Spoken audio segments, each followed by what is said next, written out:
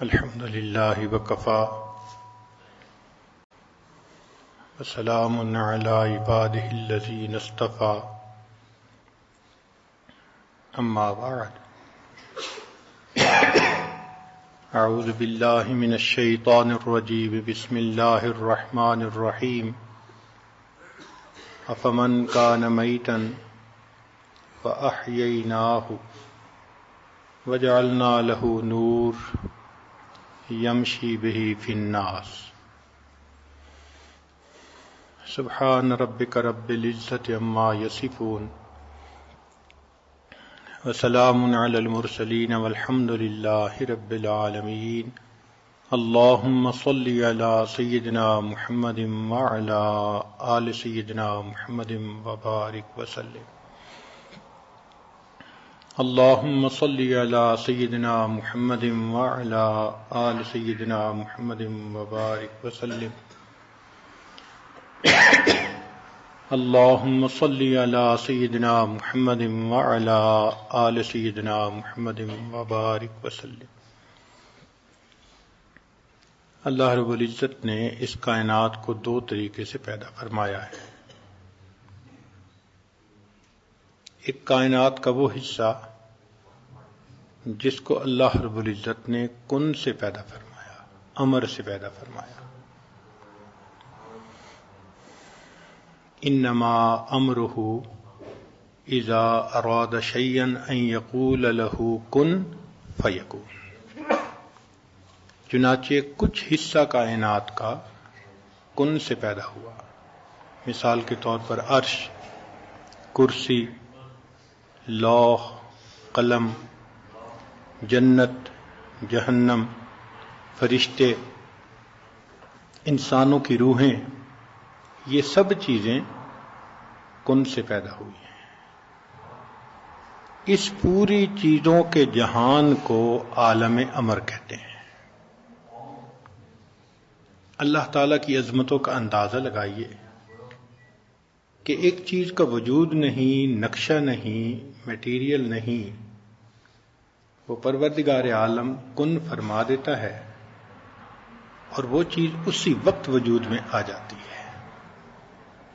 جنت کی تفصیلات تو آپ پڑھتے ہی رہتے ہیں، کوانٹٹی اور کوالٹی کے اعتبار سے وہ کیسی ہے۔ ایسی جنت کو بنا دینا، اور وہ بھی فقط کن سے، اور وقت بھی نہیں لگ رہا، آنن فانن۔ تو اللہ رب العزت نے اپنی صفت خالقیت کا اظہار فرمایا کہ دیکھو میں کتنا عظیم ہوں، زمین و آسمان کے خزانے میرے ہاتھوں میں ہیں، میں ایک کام کا ارادہ کرتا ہوں، حکم دیتا ہوں، وہ کام ہو جاتا ہے۔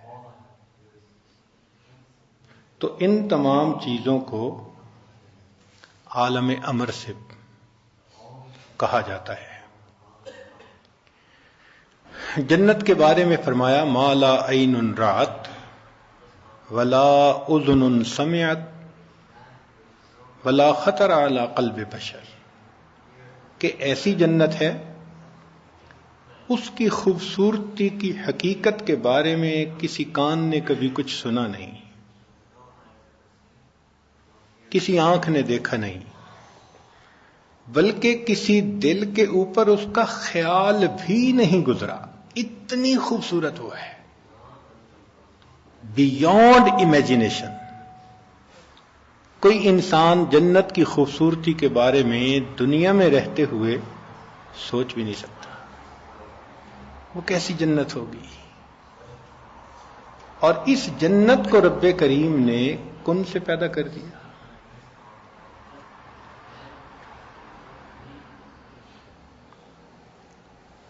اور پھر ہر بندے کو کتنی بڑی بڑی جنت ملے گی کہ حدیث مبارکہ میں ہے، نبی علیہ الصلوۃ والسلام نے ارشاد فرمایا کہ میں آخری جنتی کو دیکھ رہا ہوں، جہنم میں جل رہا ہوگا تو نکالا جائے گا، اور جہنم کے کنارے ہی کھڑا کر دیا جائے گا، تو وہ پھر روئے گا، کہے گا اے اللہ مجھے یہاں سے ذرا دور کر دیجئے، لا اسمع حسیسها ولا ارى اہلها، نہ میں ان جہنمیوں کو دیکھنا چاہتا ہوں نہ ان کی چیخیں سننا چاہتا ہوں، دور کر دیجئے جہنم کے کنارے سے۔ اللہ رب العزت اس کو دور فرما دیں گے تو ایک تالاب ہوگا جس میں اس کو کہا جائے گا کہ تم غسل کر لو۔ تو جب وہ غسل کرے گا تو جتنا جلا ہوا اس کا جسم ہوگا وہ بالکل صحیح جسم بن جائے گا۔ اب اس کو جنت کی طرف رخ کر کے کھڑا کر دیا جائے گا، وہ دور سے جنت کے دروازے کو دیکھے گا تو دل للچائے گا کہ میں قریب ہو جاؤں، لیکن وہ تو کہہ چکا ہوگا کہ بس مجھے اتنا چاہیے کہ جہنم سے دور ہو جاؤں، تو کہے گا یا رب یا رب یا رب۔ اللہ تعالیٰ دلوں کے بھید جاننے والے ہیں، فرشتے کو فرمائیں گے کہ جاؤ پوچھو، تو فرشتہ پوچھے گا بھئی چاہتے کیا ہو؟ کہے گا بس میں چاہتا ہوں کہ ذرا قریب ہو جاؤں۔ چنانچہ اس کو جنت کے ذرا قریب کر دیا جائے گا، جہاں پر اس کو جنت کی خوشبودار ٹھنڈی ہوائیں لگیں گی، اب رہ نہیں سکے گا، پھر یا رب پھر یا رب۔ اللہ تعالیٰ دلوں کے بھید جاننے والے ہیں، پھر فرشتے کو فرمائیں گے پوچھو اس سے، تو فرشتہ آئے گا اور پوچھے گا اور بالآخر اس کو جنت میں داخل کر دیا جائے گا۔ اب یہ بندہ جو آخری جنت میں داخل ہو رہا ہے، اس کو کتنی بڑی جنت ملے گی؟ جو اس پورے زمین و آسمان کی وسعت سے 10 گنا بڑی ہوگی۔ اور جب اس کو کہا جائے گا کہ یہ جنت تیری ہے، تو حدیث پاک میں ہے کہ وہ کہے گا یا اللہ آپ جہانوں کے پروردگار ہیں، آپ مجھ سے مذاق فرماتے ہیں۔ اس کو یقین نہیں آئے گا کہ مجھے بھی اتنی بڑی جنت مل سکتی ہے۔ یہاں سے اندازہ لگائیں کہ جب آخری جنتی کی جنت اس زمین و آسمان سے 10 گنا بڑی، تو پھر اولیاء، شہداء، صحابہ، صدیقین، انبیاء، ان کی جنتیں کیسی ہوں گی، اور اللہ کے پیارے حبیب صلی اللہ علیہ وسلم کی جنت کیسی ہوگی۔ تو ہم تو جنت کے بارے میں سوچ بھی نہیں سکتے، ہماری سوچ سے ماورا۔ تو وہ تمام چیزیں جو اللہ رب العزت نے کن سے پیدا فرمائیں، اس عالم کو عالم امر کہتے ہیں۔ اور ایک پیدا کرنے کا دوسرا طریقہ کہ رب کریم نے چیزوں کو تدریجاً پیدا فرمایا، جیسے عرش سے نیچے، یہ آسمان سے نیچے ہم چیزوں کو دیکھتے ہیں، زمین، آسمان تدریجاً پیدا ہوئے۔ خلق الارض فی یومین، اللہ تعالیٰ نے زمین اور آسمان کو 6 دن میں پیدا کیا، زمین کو 2 دن میں، اور پھر 4 دن لگے وبارک فیہا، اس کے اندر برکتیں رزق رکھنے میں، 6 دن لگے زمین اور آسمان کے بننے میں، فی 6 ایام۔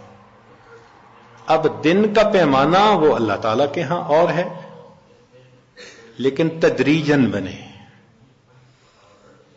اس دنیا کے اندر آپ بیج ڈالیں تو وہ درخت اسی دن نہیں بن جاتا، پہلے وہ پھوٹتا ہے، کونپل بنتی ہے، پودا ہوتا ہے، درخت بنتا ہے، سالوں لگ جاتے ہیں۔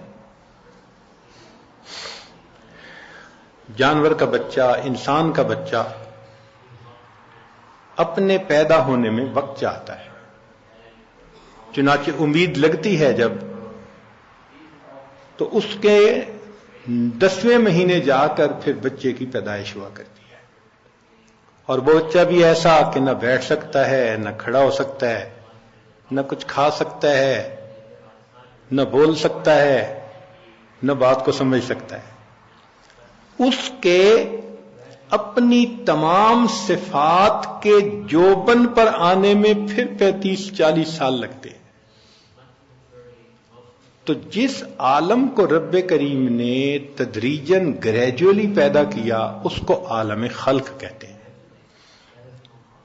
ارشاد فرمایا الا لہ الخلق والامر تبارک اللہ احسن الخالقین. عالم امر بھی اللہ کا اور عالم خلق بھی اللہ کا. کتنا برکت والا وہ پروردگار ہے جس نے ان دونوں عالموں کو پیدا کر دیا.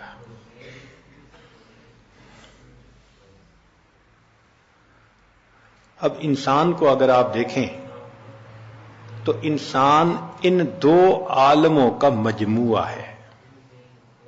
انسان کا جسم عالم خلق سے بنی ہوئی چیز ہے اور انسان کی روح عالم امر سے آئی ہوئی چیز ہے.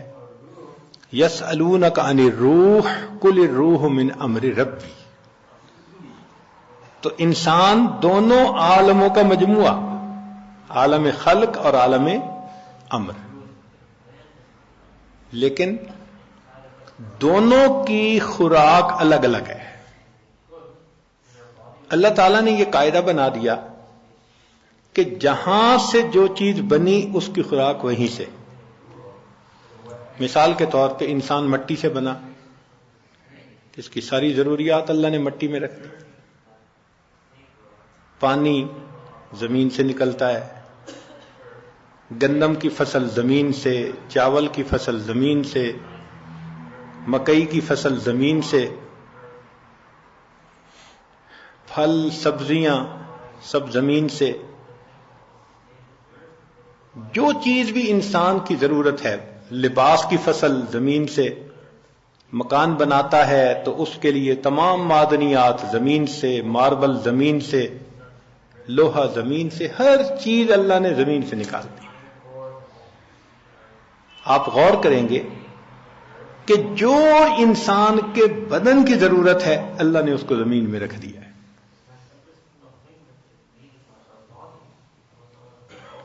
اور جو انسان کے روح کی ضرورت ہے یا غذا ہے وہ وہیں سے آتی ہے جہاں سے انسان کی روح آئی. وہ آسمانوں کے اوپر سے آتی ہے. اس کا نام ہے نور، اس کا نام ہے رحمت. جب وہ نور اور رحمت انسان پر برستی ہے تو اس کے روح کو غذا مل جاتی ہے. اب جسم کی غذا کے لیے ہم کتنے فکر مند ہوتے ہیں. انسان کو آج جتنا ڈر تنگ دستی کا ہے اتنا ڈر خدا کا ہوتا تو یہ ولی بن جاتا. گھبراتا ہے، نہ مجھے فاقہ آئے نہ میری اولاد کو آئے. اس لیے بچہ پیدا ہوتا ہے تو اس وقت سے ہم نے بیٹے کو ڈاکٹر بنانا ہے، انجینئر بنانا ہے، پائلٹ بنانا ہے. اس وقت سے اس کو کان میں ڈالنا شروع کرتے ہیں کہ تم نے یہ بننا ہے. کیوں؟ ہمیں اس بات کا احساس ہے کہ اگر کھانا نہیں ملے گا تو انسان کا بدن کمزور ہو جائے گا، بیمار ہو جائے گا، بلکہ زیادہ فاقے آنے سے بندہ فوت ہو جائے گا. اس لیے ہم اہتمام کرتے ہیں اپنی غذا کا. دن میں 3 مرتبہ باضابطہ کھاتے ہیں اور اس کے علاوہ بھی اس کو ہم مختلف نام دے لیتے ہیں. تو پورا دن آپ دیکھیں وقفے وقفے سے کھانے کا سلسلہ چلتا رہتا ہے اور اس کھانے میں ہم خوب اپنا عقل لڑاتے ہیں. عورتوں نے اتنے اچھے اچھے کھانے بنانے شروع کر دیے کہ سبحان اللہ، کہیں جاؤ تو سموسے ملیں گے، کہیں جاؤ تو کڑی کھچڑی ملے گی، اور کہیں کھانے کے ساتھ پاپڑ ملیں گے، اور کہیں جاؤ تو ماشاءاللہ پلاؤ ملے گا، جلدی لاؤ، اور کہیں جاؤ تو سوپ ملے گا. ایک آدمی کہنے لگا کہ میں آپ کو 100 کھانے کی مختلف ڈشز بنا کے دے سکتا ہوں. 100 ڈشز کھانے کی. بوفے سسٹم جہاں ہوتا ہے ہوٹلوں میں آپ جائیں، درجنوں طرح کے کھانے پڑے ہوتے ہیں. انسان نے عقل لڑائی, ضرورت کو سمجھا اور ایسے ایسے کھانے بنائے کہ انسان ان کو دیکھ کے اور کھا کے حیران ہو جاتا ہے. اور یہ مستقل ایک کام ہے. عورتیں اس میں ریسرچ کرتی رہتی ہیں, تھوڑے تھوڑے عرصے بعد کہیں چٹنی بنا لی, کہیں فلاں چیز بنا لی, چلتا رہتا ہے ان کا سلسلہ. اب غور کیجئے کہ جہاں جسم کی تقویت کے لیے ہم نے کھانے بھی بنا لیے اور پھلوں کے جوسز بھی تیار کر لیے اور وٹامن بھی تیار کر لیے, وہاں روح کے لیے ہم نے کیا کیا؟ آج رمضان مبارک کی اس رات میں ہم اپنے دل میں ذرا جھانک کر دیکھیں کہ کیا صبح جب ہوتی ہے جس طرح ہمیں اپنے کام, کاروبار, بزنس اور نوکری کی فکر ہوتی ہے, کسی دن یہ بھی ہمیں فکر ہوتی ہے کہ آج کے دن ہم نے روح کو بھی کوئی غذا پہنچانی ہے. بھول ہی گئے. خیال ہی ذہنوں سے نکل گیا. حتیٰ کہ اگر ہم نیک اعمال بھی کرتے ہیں تو صرف ثواب سمجھ کے یا ڈیوٹی سمجھ کے.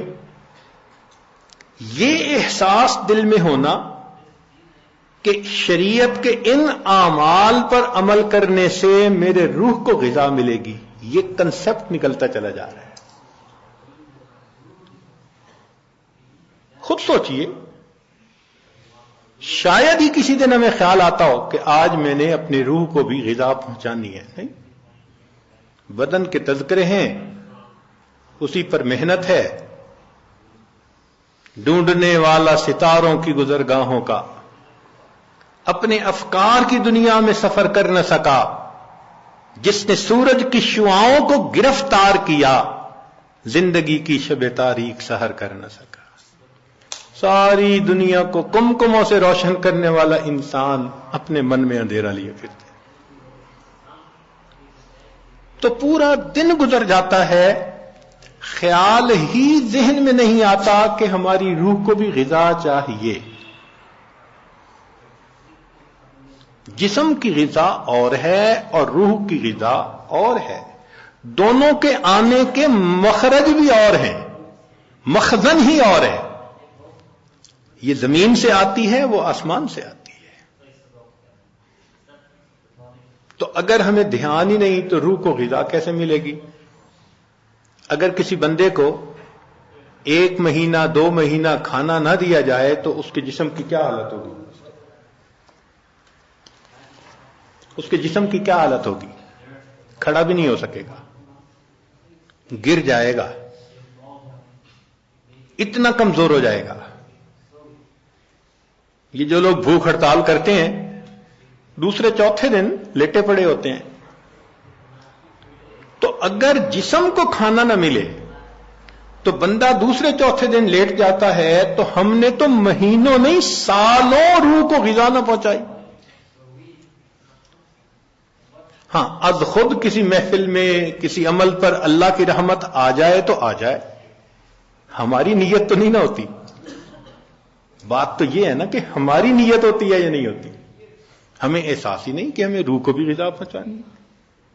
کون آدمی ہے جو صبح بیٹھ کے فکر مند ہو کہ آج کے دن میں مجھے ایسے کام کرنے ہیں جن سے میری روح کو غذا پہنچے؟ امام ربانی مجدد ثانی رحمت اللہ علیہ اپنے مکتوبات میں فرماتے ہیں کہ روح کی غذا اور جسم کی غذا ایک دوسرے کی ضد ہیں. جس چیز میں روح کی ترقی ہے اس میں جسم کی کمزوری ہے, اور جس میں جسم کی ترقی ہے اس میں روح کی کمزوری ہے. اور واقعی پیٹ بھر کے کھانا اور ٹکا کے کھانا, واقعی اس سے انسان کے دل پہ ظلمت آتی ہے.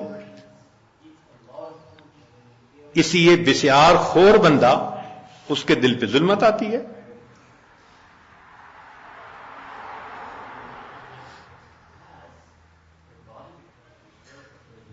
بلکہ فقہا نے تو یہاں تک لکھا ہے کہ جو بسیار خور انسان ہو اس کے دل پر کسی کی نصیحت اثر نہیں کرتی اور اس کی نصیحت کسی کے دل پر اثر نہیں کرتی. اس کا مشاہدہ کر لیجئے. تاتار خانیہ کے حاشیے میں لکھا ہوا ہے.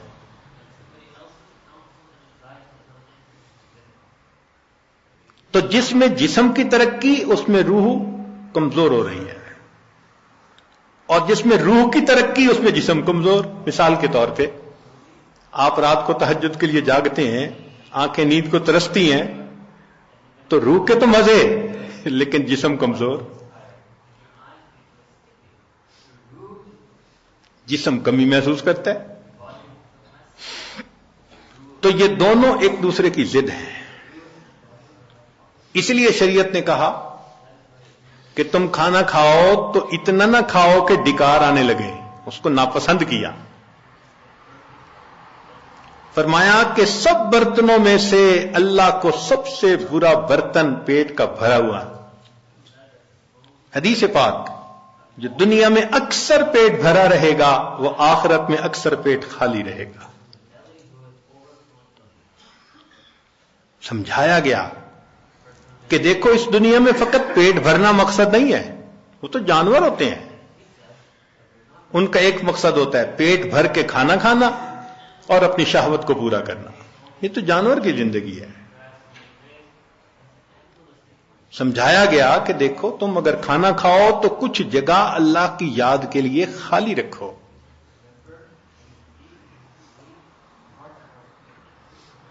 تو آج جسم کو غذا پہنچانے کے لیے ایڑی چوٹی کا زور لگا رہے ہیں، اور روح کو غذا پہنچانے کے لیے آج فکر مند ہی نہیں ہوتے. نتیجہ کیا ہوتا ہے؟ انسان کا جسم جوان ہوتا جاتا ہے اور روح کو چونکہ غذا نہیں ملتی تو وہ کمزور رہ جاتی ہے. اور اس کی مثال ایک نوجوان لڑکا ایک نوجوان لڑکی، دونوں کی شادی ہوتی ہے. اب جسم ان دونوں کے جوان ہے اور روح ان دونوں کی ابھی بچپن میں ہے، گروتھ ہی پوری نہیں ہوئی. نتیجہ کیا ہوتا ہے کہ شادی کے بعد دونوں آپس میں الجھنا شروع کر دیتے ہیں. آپ 3 سال کے 2-4 بچوں کو کمرے میں بند کریں اور 5 منٹ کے بعد پھر چیخو پکار دیکھیں. چھوٹے بچے ہیں نا، لڑیں گے، الٹیمیٹ لڑنا ہے انہوں نے، ایک دوسرے کے ساتھ گتھم گتھا ہونا ہے. آج ہر گھر کے اندر آپ کو یہ مثال آنکھوں سے نظر آئے گی. حتیٰ کہ وہ نوجوان بچے جو ایک دوسرے سے محبتوں کے اقرار کرتے ہیں، جب ساتھ مل کے رہنے لگتے ہیں تو ایک دوسرے کے ساتھ ایسے جیسے ایک دوسرے کے دشمن ہوتے ہیں. کیوں؟ نہ روح اس کی ڈیولپ ہوئی نہ روح اس کی ڈیولپ ہوئی. یہ ظاہر کے نوجوان بچے یہ ظاہر کے نوجوان حقیقت کے اعتبار سے 2 بچے ہیں آپس میں. کون سا گھر ہے آج جس کے اندر نوجوان بچے اور بچیاں آپس میں الجھ نہیں رہے؟ پریشانی ہی پریشانی. کہیں خامد کو روتے دیکھو، کہیں بیوی کو روتے دیکھو. اس کی بنیادی وجہ کیا ہے؟ کہ روح کو بنایا نہیں ہوتا، روح کو غذا نہیں پہنچائی ہوتی. اگر روح کو بھی غذا ملتی اور روح بھی ساتھ ساتھ اسی طرح جوان ہوتی جس طرح انسان کا جسم جوان ہوا، تو یہ 2 مل کر رہتے تو ان کا رہنا اس طرح ہوتا جیسے جنت میں 2 آدمی مل کے رہ رہے ہوتے، ایک دوسرے کے لیے رحمت بن کے رہ رہے ہوتے.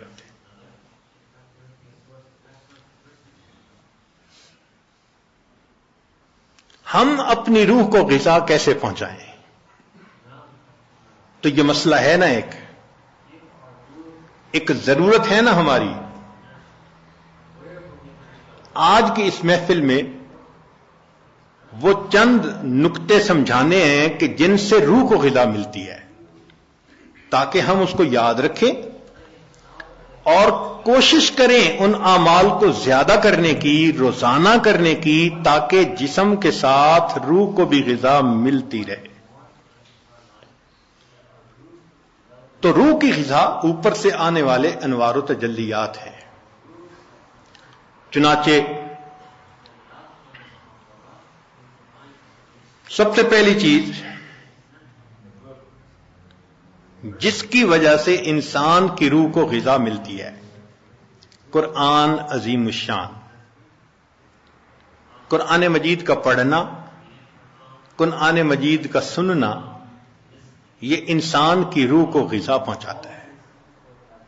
اور دلیل قرآن عظیم الشان میں سے وَإِذَا قُرِئَ الْقُرْآنُ فَاسْتَمِعُوا لَهُ وَأَنصِتُوا لَعَلَّكُمْ ترحمون۔ یہ ترحمون کا لفظ سند ہے، سٹیمپ لگ رہی ہے، رحمت برستی ہے۔ اور وہ رحمت جسم کی غذا نہیں ہے، وہ رحمت دل کی غذا ہے، روح کی غذا ہے۔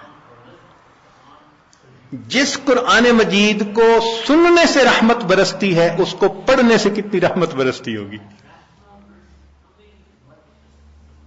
یہاں تو کہا نا کہ جب پڑھا جائے تو تم سنو تاکہ رحمت برسے، تو سننے والے پر رحمتیں برس رہی ہیں تو پڑھنے والے پر کیا رحمتیں برستی ہوں۔ تو اس کا مطلب یہ کہ ہم روزانہ فجر کی نماز پڑھا کریں، تو پھر سورہ یاسین پڑھا کریں، قرآن مجید پڑھا کریں، فوراً اپنی روح کو ناشتہ کروانے کی کوشش کیا کریں۔ اس لیے ابن تیمیہ رحمۃ اللہ علیہ فجر کے بعد اشراق تک مسجد میں بیٹھے رہتے تھے۔ لوگ کہتے تھے کیا وجہ ہے، آپ نے ناشتہ نہیں کرنا؟ تو وہ فرماتے تھے کہ تم اپنے جسموں کو ناشتہ کروا رہے ہو، میں بیٹھا اپنی روح کو ناشتہ کروا رہا ہوں۔ تو اس کا مطلب یہ کہ فجر کے بعد تلاوت کا کرنا، تسبیحات کا کرنا، ذکر کا کرنا، یہ انسان کے لیے باطنی غذا کا ذریعہ بنتا ہے۔ ہم میں سے کتنے ہوں گے جو اس کی باقاعدگی کرتے ہیں؟ الا ماشاء اللہ، معمولی نہیں۔ یعنی کھانے پینے کا تو معمول ہے، گھر کا بچہ بھی بتا دے گا اتنے بجے ناشتہ ہوتا ہے، اتنے بجے دوپہر کا کھانا اور اتنے بجے رات کا کھانا، لیکن روحانی غذا کا معمول ہی نہیں۔ تو معمول بنانا ضروری ہے۔ جتنے لوگ اولیاء بنے اس دنیا میں، یہ وہ لوگ تھے جو معمولات کرتے تھے باقاعدگی کے ساتھ، تب ان کو وہ نعمت ملی۔ اتفاقاً نہیں کوئی ولی بن جاتا، اس کے پیچھے محنت ہوتی ہے، تب اللہ کی رحمت متوجہ ہوتی ہے۔ تو معلوم ہوا کہ ہم تہجد میں اٹھیں، فجر سے پہلے یا فجر کے بعد، اس نیت سے یہ اعمال کریں کہ یہ چیز ہمارے لیے روح کی غذا بنے گی۔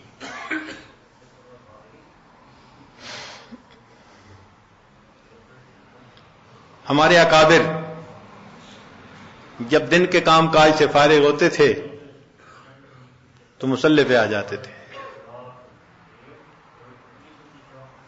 رات گزار دیتے تھے مصلی کے اوپر۔ ان کو رات کے اندھیرے کا اس طرح انتظار ہوتا تھا جس طرح دلہا کو دلہن سے ملنے کے لیے رات کا انتظار ہوا کرتا تھا، ایسے وہ رات کے منتظر رہا کرتے تھے۔ عشاء کے وضو سے فجر کی نماز پڑھنا، رات کا بیشتر حصہ نوافل میں کھڑے رہنا، حتیٰ کہ ہمسائے کے لڑکے بچے ان کو چھت کے اوپر ایک مینارہ سمجھا کرتے تھے۔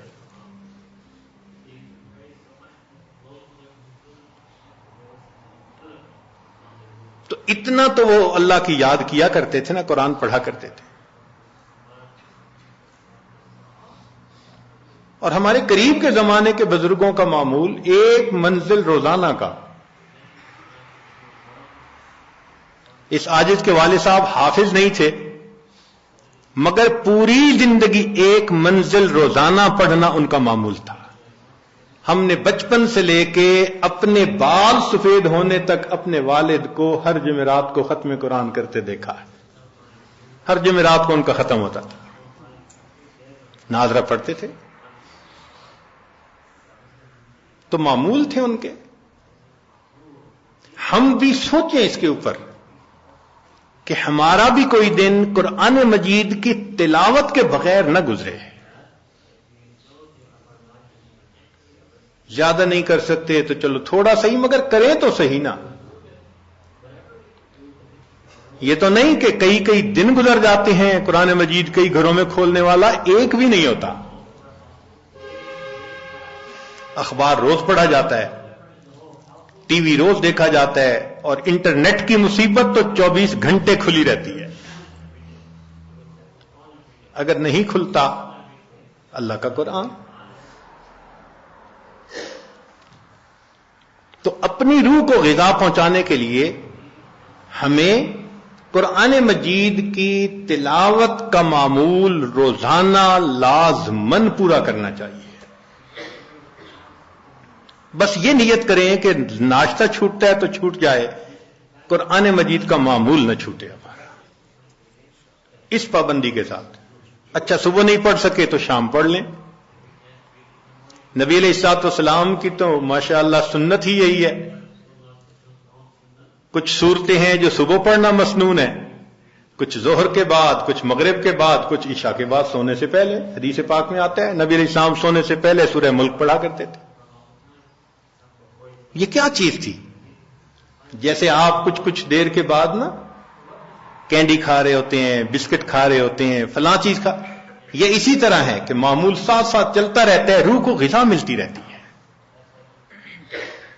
تو جتنی مسنون صورتیں ہیں یاد کریں اور ان کو دن کے مختلف اوقات میں پڑھنے کی عادت بنا لیں، از خود غذا ملتی جائے گی.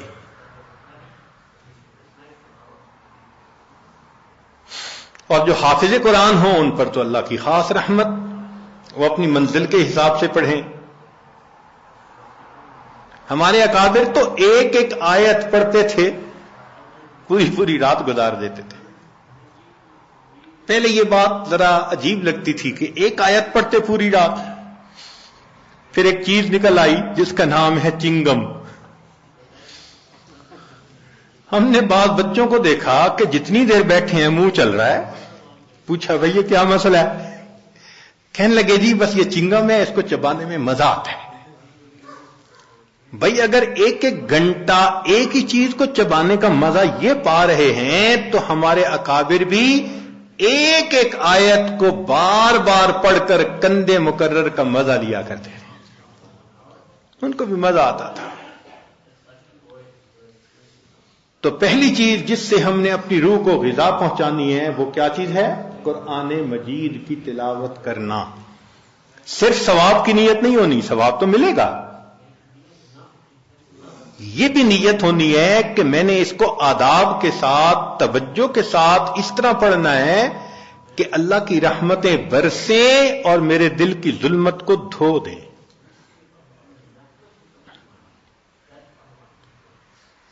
دوسری چیز جس سے کہ انسان کے اوپر اللہ کی رحمت برستی ہے اس کو کہتے ہیں استغفار. استغفر اللہ ربی من کل ذنب واتوب الیہ. قرآن مجید میں اللہ رب العزت نے حکم فرمایا واستغفر اللہ، استغفار کرو. ہمارے اکابر یہ معمول بتاتے ہیں روزانہ، استغفر اللہ ربی من کل ذنب واتوب الیہ. اس کو دن میں کم از کم 100 مرتبہ صبح، 100 مرتبہ شام. زیادہ وقت ہو تو 200 مرتبہ بھی پڑھ سکتے ہیں. مگر جب پڑھ رہے ہوں تو ذرا اپنے گناہوں پر ندامت بھی دل میں محسوس کریں. یہ نہ ہو کہ زبان پہ استغفار چل رہا ہے اور دن میں گناہوں کے خیال چل رہے ہیں. رابعہ بصریہ رحمت اللہ علیہ فرماتی تھیں استغفارنا یحتاج الی استغفار، کہ ہم ایسا استغفار کرتے ہیں کہ اس کے اوپر ہمیں استغفار کرنے کی ضرورت ہے.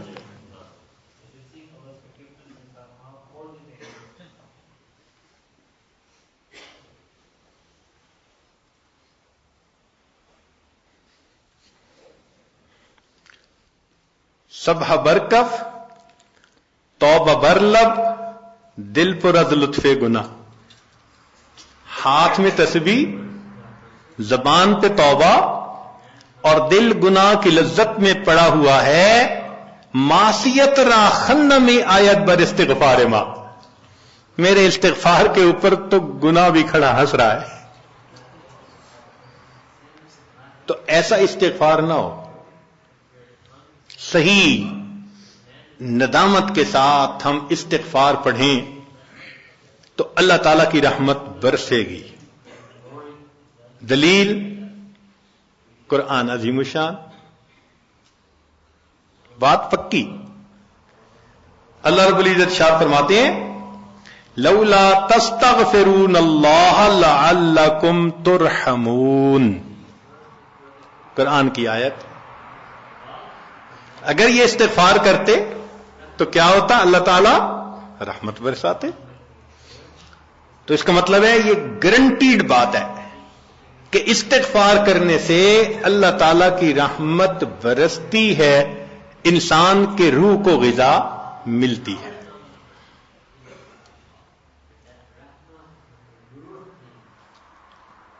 پھر تیسری چیز جس سے کہ اللہ تعالیٰ کی طرف سے رحمت اترتی ہے، درود شریف کا پڑھنا.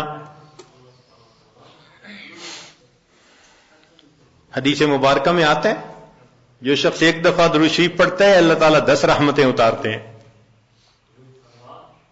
تو 10 رحمتوں کا اترنا اس بات کی دلیل کہ روح کو غذا ملتی ہے، نور اترتا ہے انسان کے اوپر. ہمارے مشائخ نے فرمایا کہ 100 مرتبہ صبح اور 100 مرتبہ شام، کم از کم اتنا تو درود شریف ضروری پڑھ لیں.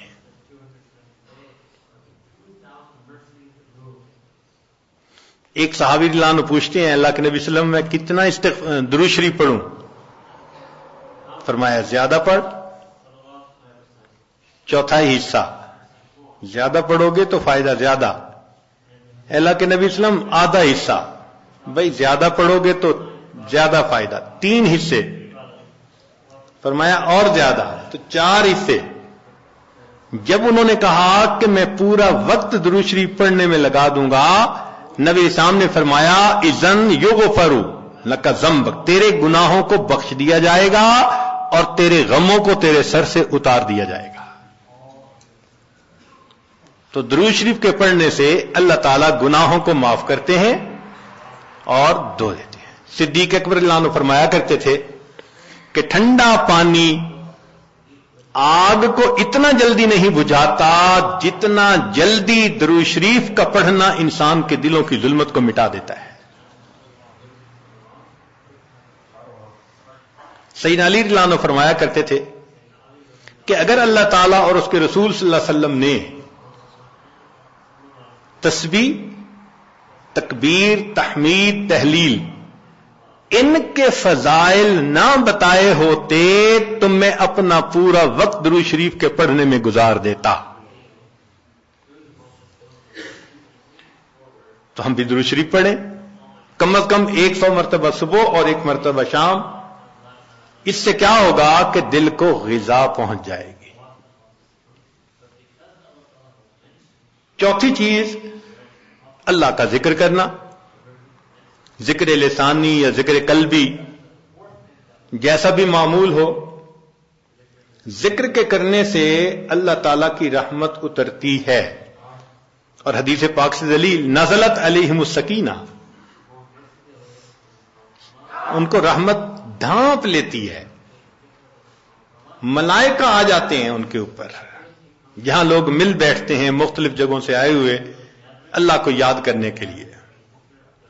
تو ذکر کرنے سے سکینہ کا نازل ہونا بھی اس بات کی دلیل کہ انسان کے دل کو غذا ملتی ہے. ذکر سے ذات کی محبت بھی پیدا ہوتی ہے. جتنا جس چیز کا تذکرہ زیادہ کریں اتنا اس سے محبت ہوتی ہے. تو کثرت ذکر کا حکم اس لیے کہ اس سے اللہ رب العزت کی محبت انسان کے دل میں بڑھتی ہے. یہ نغمہ فصل گلو لالا کا نہیں پابند، بہار ہو کے خزاں لا الہ الا اللہ. ہمیشہ ذکر کرنا ہے، ہر وقت کرنا ہے. موسموں کے بدلنے کا اس پہ اثر نہیں ہوتا. اس لیے ہمارے اکابر صبح و شام کا کچھ وقت تھا جس میں تنہائی میں بیٹھ کے اللہ کا ذکر کثرت کے ساتھ کیا کرتے تھے.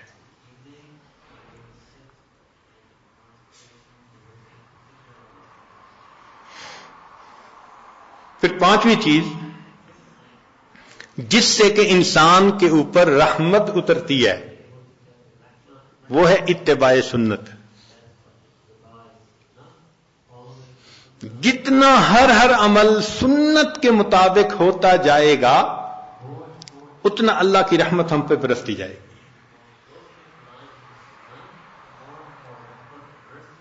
جتنا ہر عمل سنت کے مطابق. اس لیے ہمارے سلسلہ یا نقشبندیہ میں بیعت ہونے کے بعد پہلا کام یہی بتاتے ہیں، ہر کام کو سنت کے مطابق کرنا ہے. سر کے بالوں سے لے کے پاؤں کے ناخنوں تک اپنے آپ کو سنت کے مطابق ڈھالنا ہے. کیوں؟ ایک تو اجر ہے، ایک قرب ہے، اللہ کی محبوبیت ملتی ہے، اور تیسرا یہ چیز انسان کے روح کی غذا بھی ہے. دلیل قرآن عظیم الشان میں سے ارشاد فرمایا اطیعوا اللہ والرسول لعلکم ترحمون. اللہ اور اس کے رسول کی اطاعت کرو تو کیا ہوگا؟ تمہارے اوپر رحمت برسے گی. تو اتباع سنت سے بھی انسان پر رحمت برستی ہے.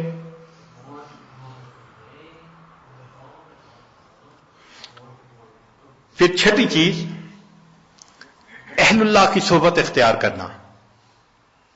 قرآن مجید میں تو حکم دیا گیا یا ایھا الذین آمنوا اتقوا اللہ وکونوا مع الصادقین. یہ کونوا حکم ہے، اور حدیث پاک میں بھی حکم دیا گیا.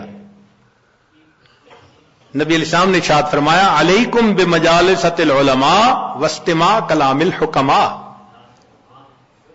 فإن اللہ تعالی یحیی القلب المیت بنور الحکمہ کما یحیی الارض المیت بماء المطر.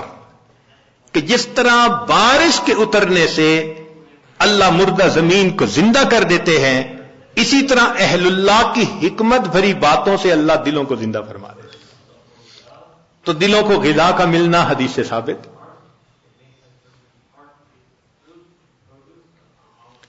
اس لیے تو فرمایا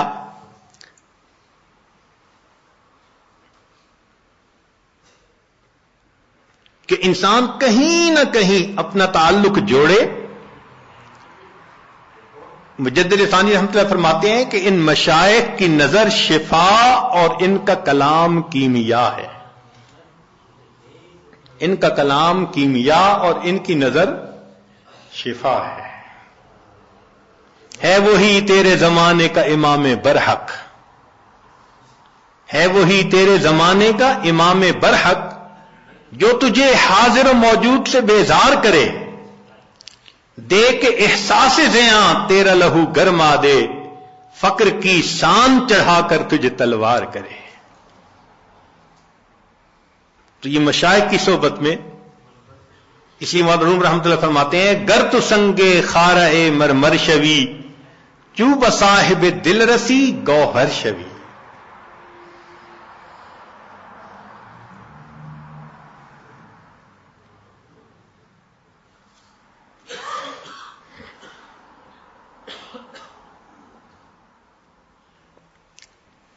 چنانچہ علماء نے لکھا ہے کہ ایسے مشائخ جن کو دیکھ کے اللہ یاد آئے، ان کی صفت ہوتی ہے رویتہ شفا و موعظتہ دوا. ان کی رویت شفا ہوتی ہے اور ان کی بات انسان کے لیے دوا ہوتی ہے. بلکہ فرمایا ينتفع برؤيته قبل روایته. یہ ایسے لوگ ہوتے ہیں ان کی روایت سے پہلے رویت سے ہی فائدہ ہو جاتا ہے بندے کو.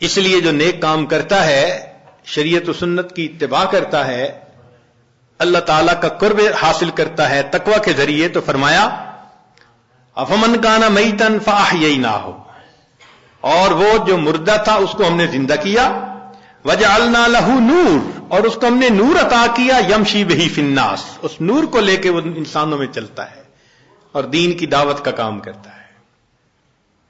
تو اس نور کو دل میں لینا یہ انتہائی ضروری ہے ہمارے لیے، اور اس نور کو لینے کی جگہ فقط یہ دنیا ہے، اس کے بعد یہ نور نہیں مل سکے گا۔ اس کی مثال یوں سمجھ لیجئے، انسان کے بدن کے بننے کی جگہ ماں کا پیٹ، اگر بچہ اس طرح سے پیدا ہو کہ دونوں آنکھیں نہ بن سکیں تو دنیا کا کوئی ڈاکٹر دنیا میں آنکھیں نہیں بنا سکتا اس کی۔ کئی بچوں کی انگلیاں، ان کی گروتھ پوری نہیں ہوتی تو دنیا میں آ کے پوری نہیں ہو سکتی، کیونکہ ماں کا پیٹ اس کی گروتھ کی جگہ ہے۔ اگر پوری ہو گئی تو بہت اچھا، اگر نہیں تو پھر وہ کمی رہے گی۔ یہی حال انسان کی روح کے معاملے کا، کہ روح کے بننے کی جگہ یہ زمین و آسمان کا پیٹ ہے۔ بن گئی روح تو بہت اچھا، نہ بنی تو آگے جا کے نہیں بن سکے گی۔ چنانچہ قیامت کا دن ہوگا تو ایمان والے اپنے نور کو لے کر اللہ کے حضور جائیں گے۔ یوم تری المؤمنین والمؤمنات یسعی نورہم بین ایدیہم وبایمانہم، ایمان والوں کا نور دائیں اور بائیں ان کے سامنے،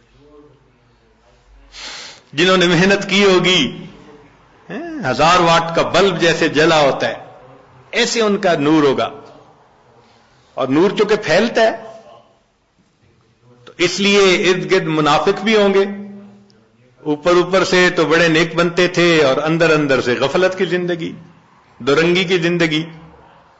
وہ پھر کہیں گے انظرونا نقتبس من نورکم، ذرا ہماری طرف بھی توجہ کیجئے، ہم آپ کے نور سے فائدہ اٹھائیں۔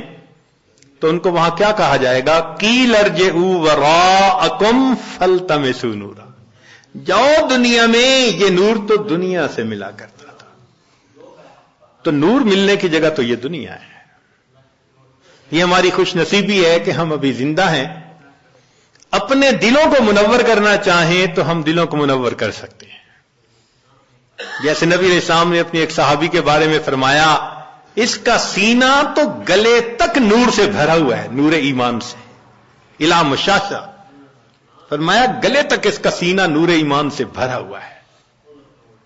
ایسے نور ہمارے اندر آ جائے نا تو وہ تو ہم اسی دنیا میں ہی حاصل کر سکتے ہیں۔ اور اگر اس دنیا میں غفلت کی زندگی گزاری، گناہوں کی زندگی گزاری، تو رب کریم فرماتے ہیں وَمَن لَّمْ يَجْعَلِ اللَّهُ لَهُ نُورًا فَمَا لَهُ مِن نُور، پھر اس کے لیے نور نہیں ہوگا۔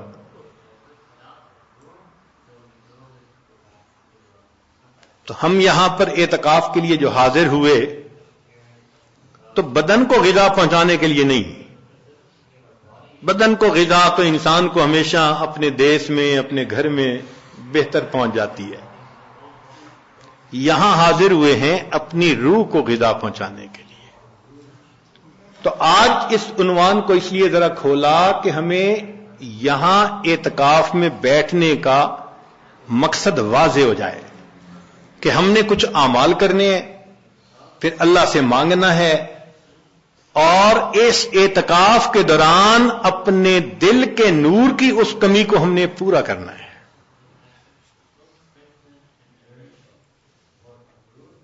اور اگر اس کمی کو پورا نہ کر پائے اور زندگی کا وقت گزر گیا، پھر حسرت اور ندامت کے سوا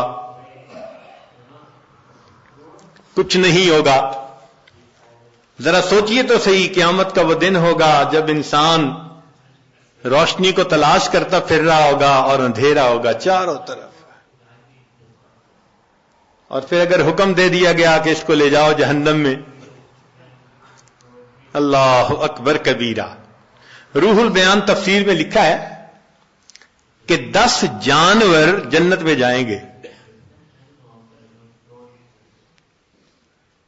ایک بقرہ گائے جائے گی، جس کو ذبح کرنے کا موسیٰ علیہ السلام کو حکم ہوا تھا، یونس علیہ السلام کی حوت مچھلی،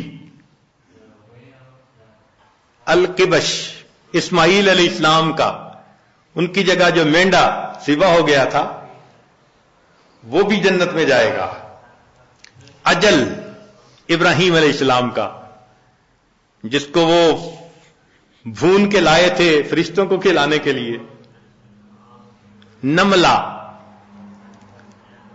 سلیمان علیہ السلام کے لشکر کو دیکھ کر جس چیونٹی نے بات کی تھی، النمل ایتھا النمل ادخلوا مساکنکم، وہ چیونٹی بھی جنت میں جائے گی، ہدہد جس نے سلیمان علیہ السلام سے گفتگو کی تھی وہ پرندہ بھی جائے گا، صالح علیہ السلام کی ناقہ اونٹنی بھی جنت میں جائے گی، اور نبی علیہ السلام کی ناقہ بھی جنت میں جائے گی، اور عزیر علیہ السلام کا گدھا بھی جنت میں جائے گا، اور 10واں اصحاب کہف کا کتا بھی جنت میں جائے گا۔ اب ذرا غور کیجئے وہ کیا منظر ہوگا کہ یہ جانور تو جا رہے ہیں جنت میں، اور جس کو اللہ نے آنکھیں دی، دل دماغ دیا، نعمتیں دی، وہ انسان اپنی غفلتوں کی وجہ سے جہنم میں۔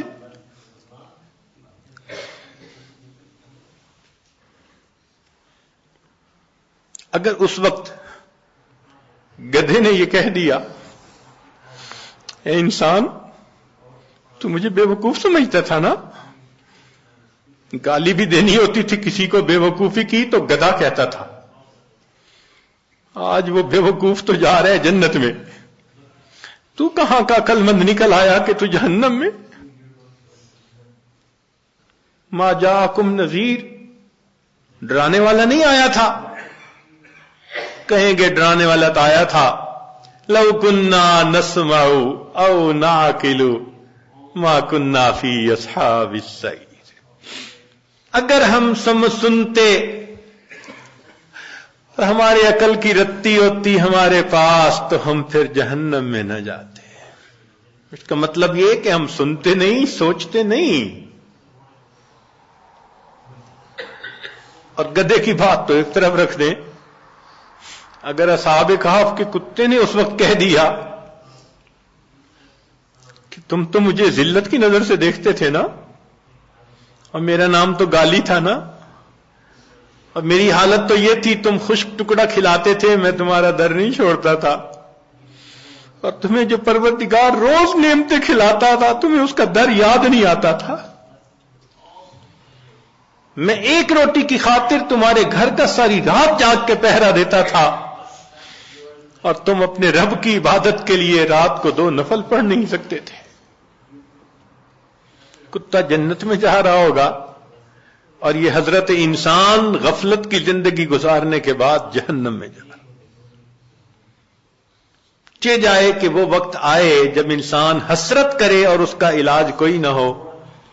ہمیں چاہیے کہ آج ہم اس کی حقیقت کو سمجھیں، اور جس طرح روح کو اپنے جسم کو غذا پہنچانے کے لیے فکر مند ہیں، ہم اپنی روح کو بھی غذا پہنچانے کے لیے فکر مند ہو جائیں۔ چنانچہ یہ 10 دن کا قیام یہ بہت فکر مند ہو کے گزارنے کی بات ہے۔ باتیں کرنے نہیں آئے، قصے کہانیاں کرنے نہیں آئے، حال احوال سننے نہیں آئے، بہت سنتے رہتے ہیں۔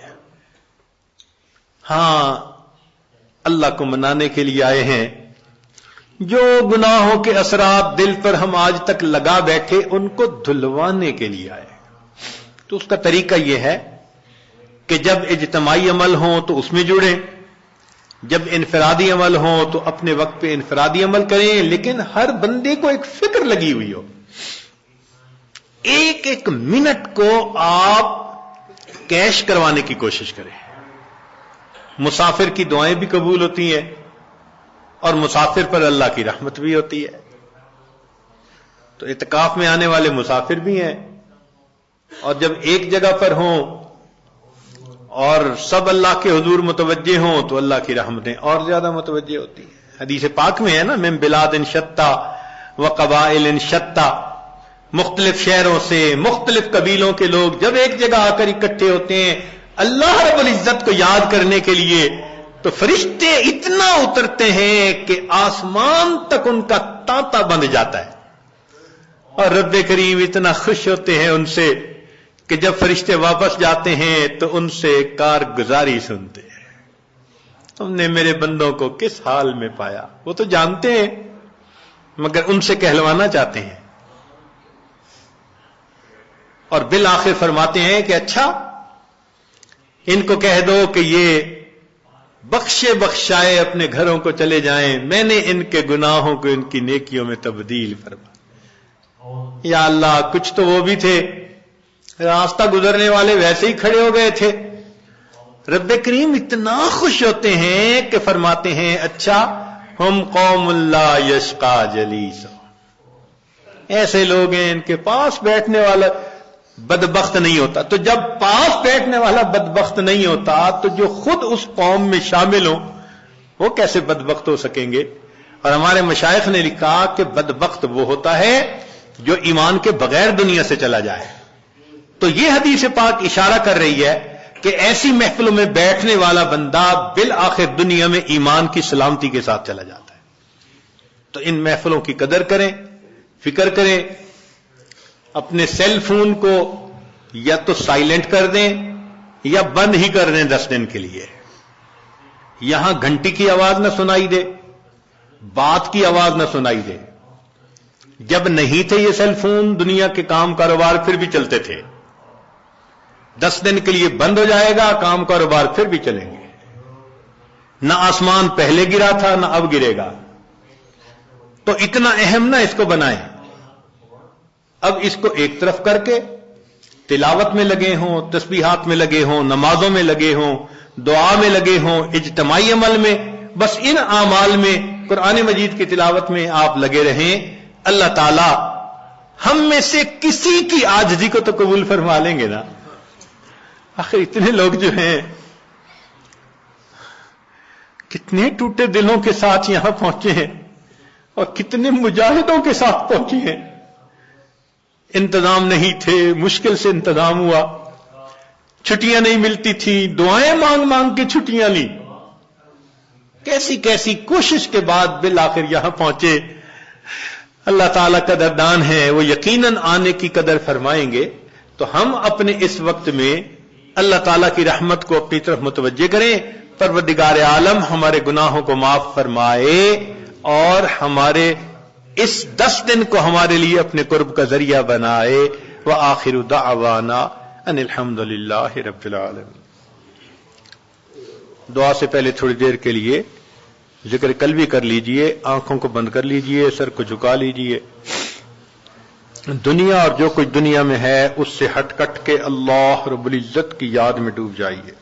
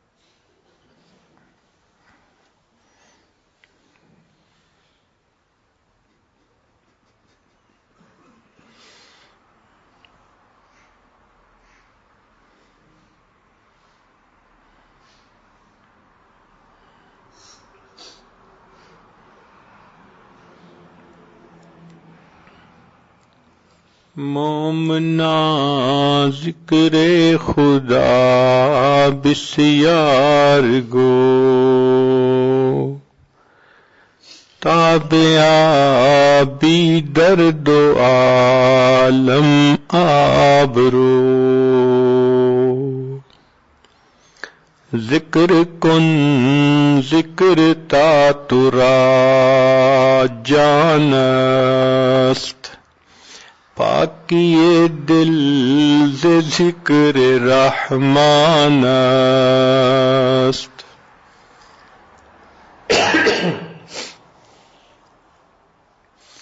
اللہ اللہ اینچ شیریں ہست نام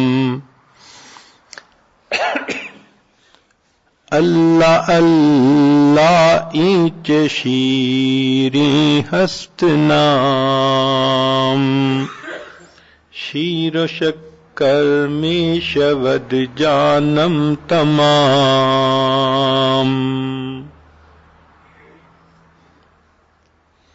یک چشم زدن غافل ازاں شاہ نباشی شاید کہ نگاہ کند آگاہ نباشی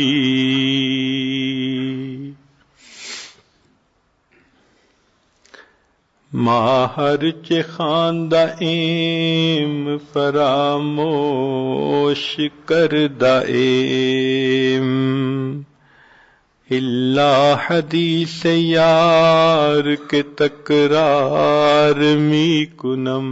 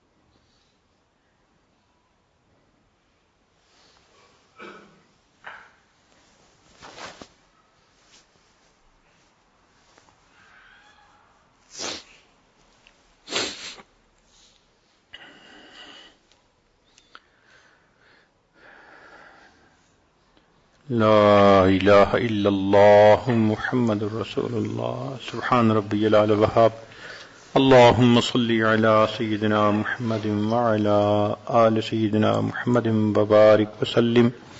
اے کریم آقا، ہم آپ کے عاجز مسکین بندے ہیں، ہمارے گناہوں کو معاف فرما، خطاؤں سے درگزر فرما، عیبوں کی پردہ پوشی فرما۔ اے رب کریم، ہم اپنے روح کی طرف سے غافل بنے رہے، اللہ ہمارے اس روح کو منور فرما دیجئے، ہمیں نیک اعمال پر استقامت عطا فرما دیجئے، اللہ ہماری کوتاہیوں سے درگزر فرما دیجئے۔ اے رب کریم، ہماری غفلت کو معاف فرما دیجئے۔ اے اللہ، اپنی رحمت کے ساتھ ہمارے دلوں کو بیدار فرما دیجئے، دلوں کو زندہ فرما دیجئے۔ میرے مولا، لوگوں کے سینے میں دل ہوتے ہیں، ہمارے سینے میں سل ہے، اس سل کو بھی دل بنا دیجئے، اللہ اس سل کو بھی دل بنا دیجئے۔ رب کریم، رحمت کا معاملہ فرما دیجئے، کرم کا معاملہ فرما دیجئے۔ اے اللہ، اس رمضان مبارک کو ہماری مغفرت کا ذریعہ بنا دیجئے۔ اللہ، آپ کے حبیب صلی اللہ علیہ وسلم نے بتلایا، اولھا رحمت اوسطھا مغفرت، اس کے درمیان کے 10 دن مغفرت کے ہیں، اللہ ہماری بھی مغفرت فرما دیجئے۔ اللہ، جہاں لاکھوں انسان جہنم سے بری کیے جائیں گے، ہمیں بھی ان بری ہونے والے خوش نصیبوں میں شامل فرما لیجئے۔ ہمارے روزوں کو قبول فرمائیے، تراویح کو قبول فرمائیے۔ اے اللہ، اپنی رحمت کے ساتھ اس رات کو ہمارے لیے بخشش کا ذریعہ بنا دیجئے۔ اے کریم آقا، مہربانی کا معاملہ فرمائیے۔ اللہ، ہماری ان دعاؤں کو اپنی رحمت سے قبول فرما، جو مانگا وہ بھی عطا فرما، جو مانگنا چاہیے تھا نہیں مانگ سکے اللہ وہ بھی عطا فرما۔ میرے مولا، آپ ہی نے اپنی رحمت سے اپنے گھر حاضری کی توفیق عطا فرمائی۔ اللہ یہ آپ ہی کا کرم اور آپ ہی کی مہربانی ہوئی ہے، اللہ اب اور مہربانی فرما دیجئے، گناہوں کو بھی بخش دیجئے، میرے مولا رحمت کر دیجئے، اے اللہ مہربانی کا معاملہ فرما دیجئے، اے کریم آقا نیک مرادوں کو پورا فرما دیجئے، جہاں تک آواز جا رہی ہے دلوں کی جو نیک مرادیں ہیں مردوں کی یا عورتوں کی، اللہ سب کی نیک مرادیں پوری فرما دیجئے، اللہ امت مسلمہ کو عزت رفتہ نصیب فرما، پوری دنیا میں ہدایت کی ہواؤں کو عام فرما، امت مسلمہ کو عزت رفتہ نصیب فرما، ہمارے والدین عزیز اقارب مشائخ جو فوت ہو چکے اللہ ان کی مغفرت فرما، اور جن کی آپ نے مغفرت کر دی قرب کے اعلیٰ درجات عطا فرما، رب کریم مدارس عربیہ کی حفاظت فرما، دعوت و تبلیغ کے کام کی حفاظت فرما، جہاں اللہ اللہ ہوتی ہے ان خانقاہوں کی حفاظت فرما، اقامت دین کی کوششوں کی حفاظت فرما، پروردگار عالم ہم پر رحمت کی نظر فرما، اللہ کہاں کہاں سے آپ کے بندے یہاں چل کے آئے، میرے مولا وہ کہاں کہاں نہ پہنچا تیری دید کی طلب میں، میرے مولا اے کریم مہربانی کر دیجئے، آپ کی محبت کھینچ کے لائی ہے، اللہ آپ کی محبت کھینچ کے لائی ہے، آپ کو منانے کے لیے آئے ہیں، آپ کو پانے کے لیے آئے ہیں، اللہ آپ کو راضی کرنے کے لیے آئے ہیں، اے کریم مہربانی کر دیجئے، رحمت کی نظر فرما دیجئے، اللہ ہماری اصلاح فرما دیجئے، ہماری حاضری کو قبول فرما لیجئے، ربنا تقبل منا انک انت السمیع العلیم تب علینا انک انت التواب الرحیم، صلی اللہ تعالی علی حبیبہ سیدنا محمد وآلہ واصحابہ اجمعین برحمتک یا ارحم الراحمین، برحمتک یا ارحم الراحمین، برحمتک یا ارحم الراحمین، برحمتک یا ارحم الراحمین، برحمتک یا ارحم الراحمین، برحمتک یا ارحم الراحمین، برحمتک یا ارحم الراحمین، برحمتک یا ارحم الراحمین۔